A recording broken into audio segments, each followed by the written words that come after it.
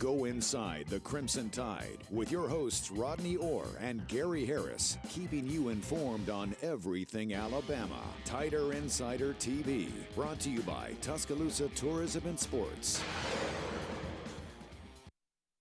T-Town, and you know what that means. That means welcome in to Tider Insider TV, brought to you by Tuscaloosa Tourism and Sports, alongside Rodney Orr from TiderInsider.com. I'm WVUA 23 Sports Director Gary Harris. And Rod, Nick Saban, you know, he warned college football. Again, the latest warning about the transfer portal.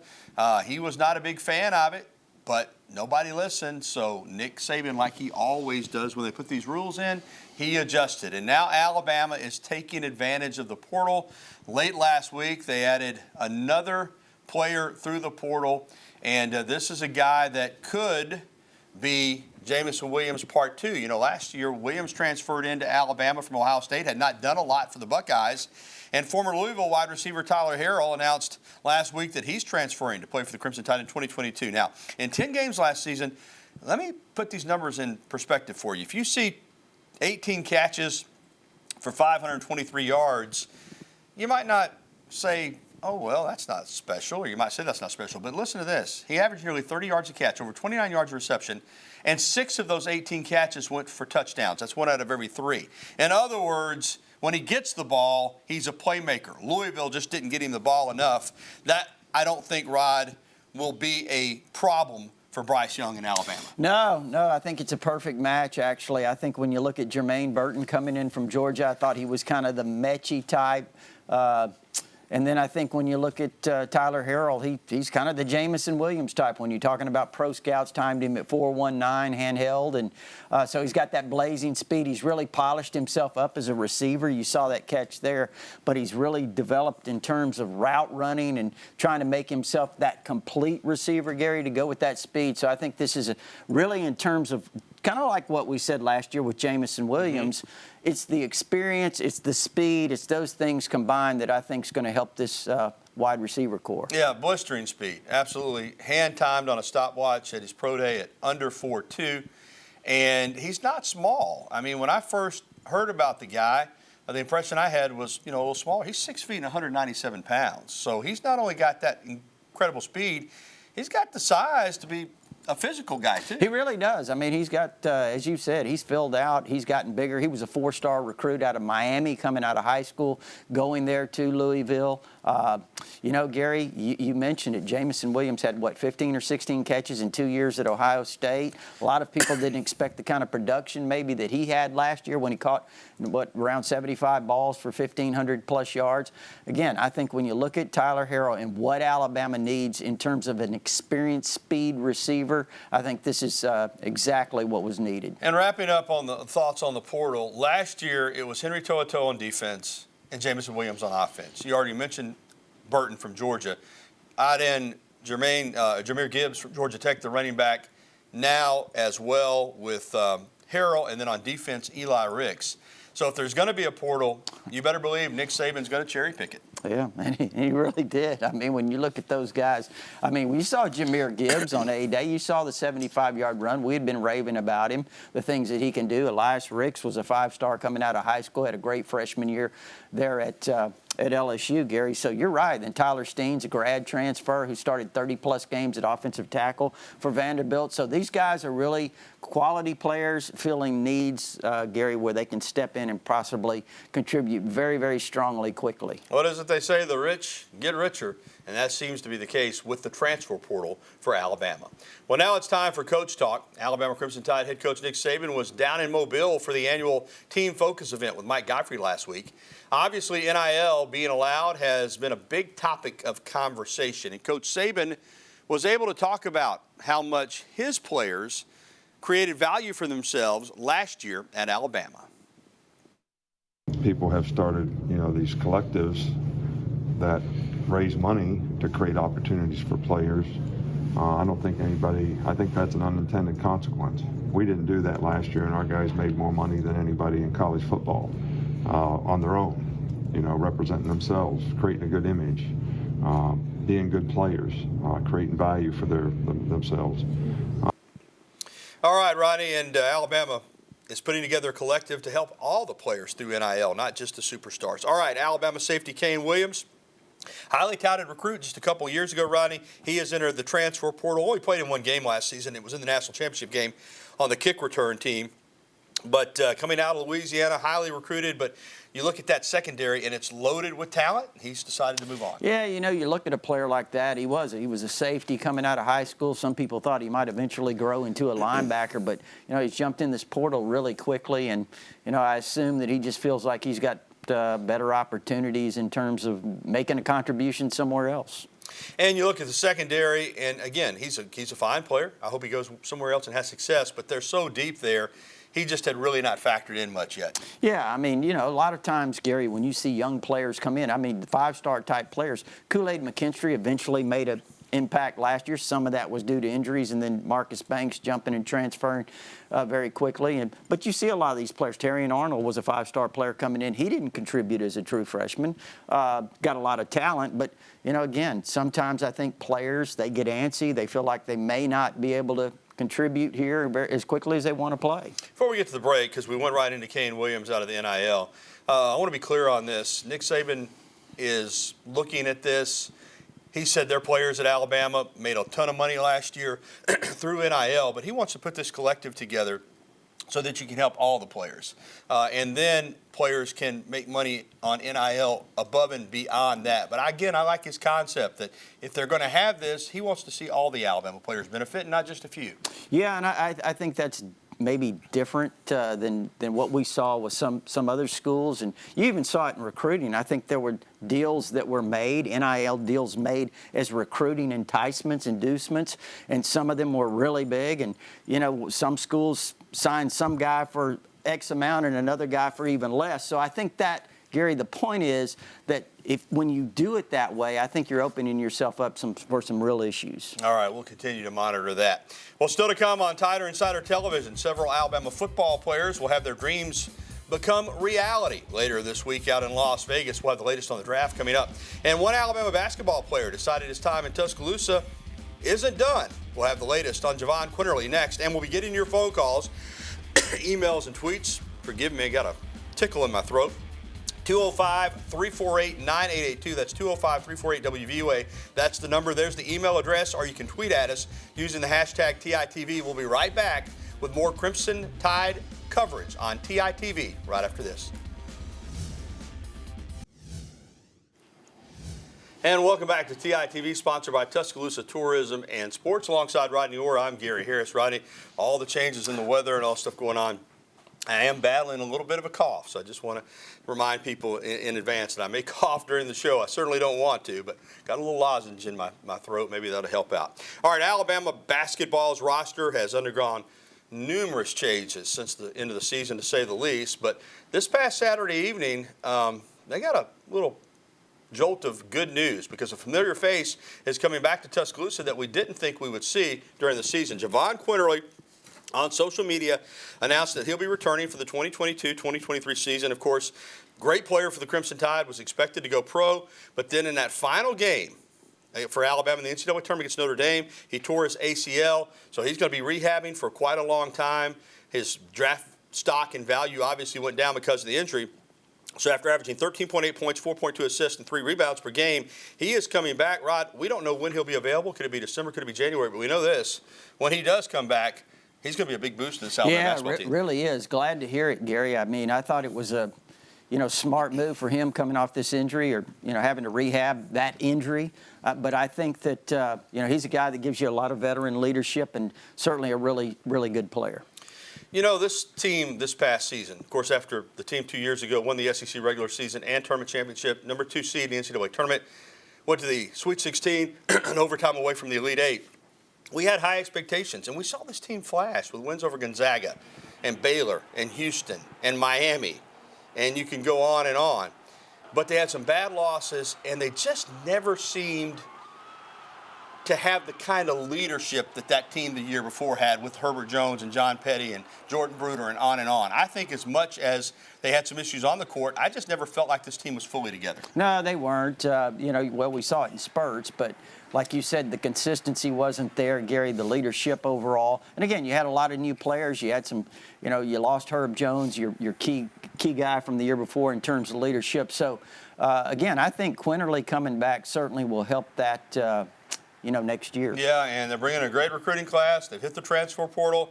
They're going to be talented. It's just going to come down to can that team gel very quickly to be a team next year that can make a run in the NCAA tournament. All right, let's get to the NFL. The draft is coming up beginning Thursday night in Las Vegas. And Alabama last year had the 6 first-rounders, 8 of the top 38 picks overall in the draft. That won't be the case this year, although I think as many as 8 Alabama players could be drafted. Ronnie, the first player expected to hear his name called is the big offensive tackle, Evan Neal. Should be a top 10 overall pick. Yes, he should, Gary. And, there's been some chatter that he may go as high as number 1. I don't see that probably. But, another top 10 pick for Alabama. And Jameson Williams is a first-rounder. Where he'll go, we don't know. I think had he not hurt his knee in the national championship game with that ACL against Georgia, I think he'd been the first receiver taken.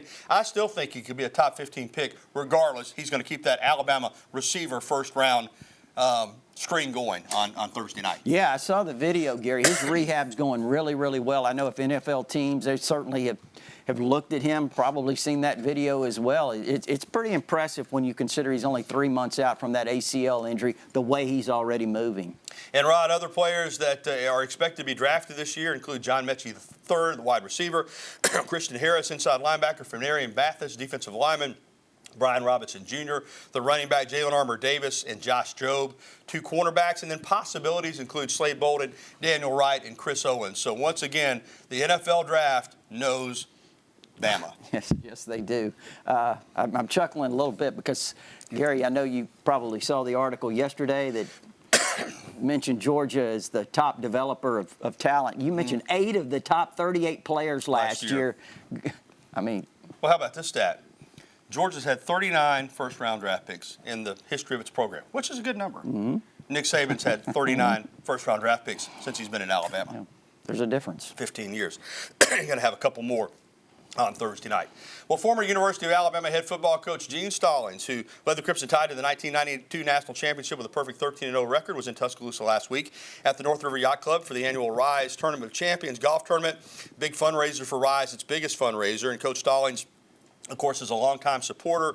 His late son, John Mark, has the Stallings Center named after him.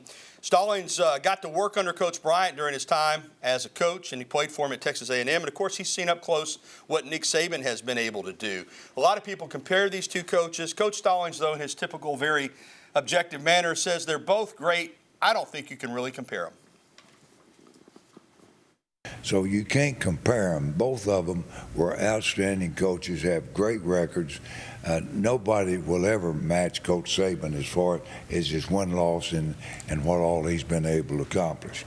But at the same time, Coach Bryant was an awfully good coach. Yeah, Ronnie, we've said this before. To have 2 coaches at that level at the same school, and then you add in Coach Wade, Coach Stallings, Coach Frank Thomas. Alabama football is built on 100-plus years of tradition because of a lot of people. But to have arguably the 2 greatest coaches in the history of college football at the same school, unbelievable. Pretty amazing. Gary, and you talk about that, and there's a lot of people that say, well, Alabama's had Bear Bryant, they've had Nick Saban. Aside from that, look, like you said, it goes back to the 20s. Wallace Wade won 3 national championships, and it goes way back. And again, those 2 are the right there is the 2 greatest, but there's been rich history aside. Absolutely. All right, still to come on TITV, Alabama baseball played host to the Georgia Bulldogs this weekend, and the Tide had to rally to keep from getting swept, but they did. And up next, we'll be welcoming your phone calls, emails, and tweets. Again, there's the number 205-348-9882. You can email us at the address on your screen or tweet at us using the hashtag TITV. We'll be right back with the only show that takes you inside the Crimson Tide, the award-winning Tider Insider TV. Alabama baseball hosted the Georgia Bulldogs this past weekend. Bama really struggled on Friday night and Saturday afternoon to score runs. They lost 4-2 and 3-0, but came back Sunday when they had to have it. Got a great outing on the mound from Grayson Hitt and the bullpen. Got a solo shot from Drew Williamson, a 2-run shot from Andrew Pickney, and that was enough as the Tide shut out Georgia Sunday 3-0 to get one game, and they are 500 in the league at 9-9 on the season. And they're at Sanford tonight playing the Bulldogs. Highlights on WVUA 23 News at 10. All right, let's get to the phone lines. Rodney and our good pal Sammy up there in Walker County is first up tonight. Sammy, you lead us off. Hey, how you doing?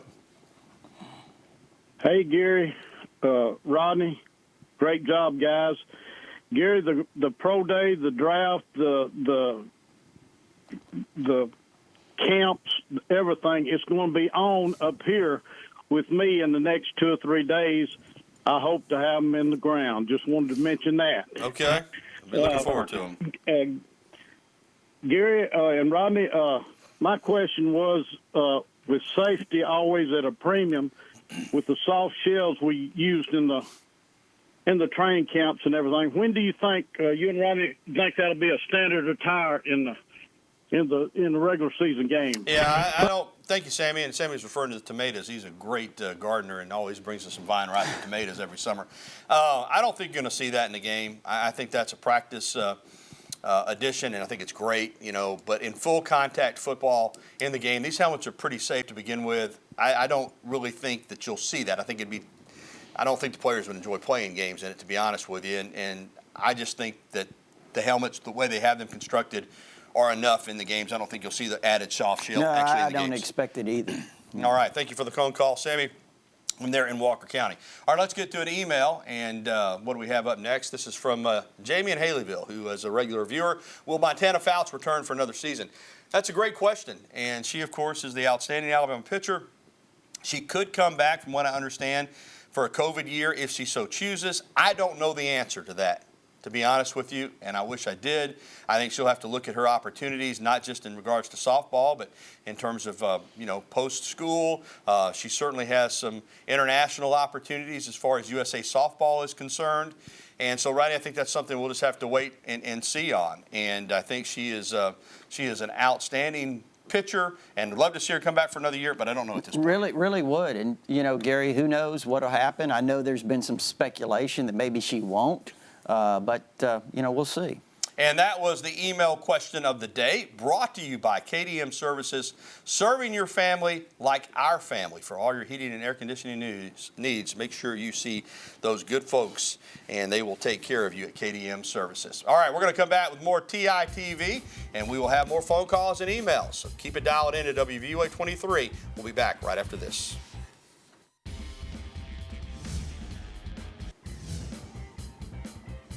Well, Alabama softball did not have a great weekend at College Station. They let a lead get away on Friday night. Then they got run-ruled on Saturday. That's the first time they've been run-ruled in an SEC game since 2014. But they did come back on Sunday to get the win 4-2, which was huge. You don't want to get swept by a team who had 3 wins in the conference going in. You don't want them to get 3 against you. So even though it wasn't the best weekend, winning on Sunday was big for this Alabama softball team. They're currently ranked 6th now. They have dropped in the rankings, and their chances of winning the SEC don't look too good as Arkansas is starting to put together a little bit of a cushion between themselves and second place Alabama. So welcome back into TITV. One other note on Montana Fouts. You just saw the picture we were asked about her coming back for another year. I have been told that she is planning to go through Senior Day festivities at Alabama. Again, that doesn't mean we saw Javon Quinterly go through Senior Day activities, and now he's coming back. But it looks like, based on that maybe she won't be coming back next year. All right, let's get back to the phone lines. First up is Caleb up in Hubbardville. Hey, Caleb, how are you? Doing good. Hope you guys are doing good. Thank you. My question is, how is Alabama looking adding Utah transfer tight end Dalton Kincaid? Okay, Caleb, thank you. First of all, let me say this. He's not in the portal, all right? So you're not really looking to add a guy that's not in the portal. I know there's been some speculation that he might go into the portal. I think so to be eligible. He's got to do it by May the 1st. He's a good flex tight end from Utah, caught a lot of balls, very athletic. If he is in the portal, I think Alabama would have interest, but we'll just have to wait and see if that occurs. Yeah, and again, it's really hard to speculate because, like Gary said, he's not in the portal, but a guy like him, Gary, if you get someone like that available, I think Alabama would certainly take a very strong look. Yeah. All right, let's get to another caller, Ray and Hayden. Hey, Ray, how are you doing? Hey, how you doing, guys? I got a quick basketball question. Okay. I showed Nate Oates with 10 scholarship guys. That's including Quinterly. Mm-hmm. Is that what y'all show? Well, he can. Yeah, Ray. He can give us 3. Yeah, he's allowed 13. I don't have the numbers right in front of me. That sounds about right in regards to where they're at now. Could be 10 or 11. May not have 13. You know, sometimes you don't have a full, scholarship roster. We'll see, but they'll get close to it. You know, and they're going to add a couple more guys. I wouldn't be surprised if Alabama adds another player or two from the transfer portal, Rodney. I think it's very possible. Certainly, I know that some guys have entered that they're hoping visit or are expected to visit. So we'll see. Yeah, Ray. So they're working to get that roster up to speed, and hopefully we'll have 13 guys. But remember, if you have 13 scholarship players, you've also got walk-ons, and very rarely do you play 13 scholarship players in a season anyway. So they'll be okay. All right, let's get to an email.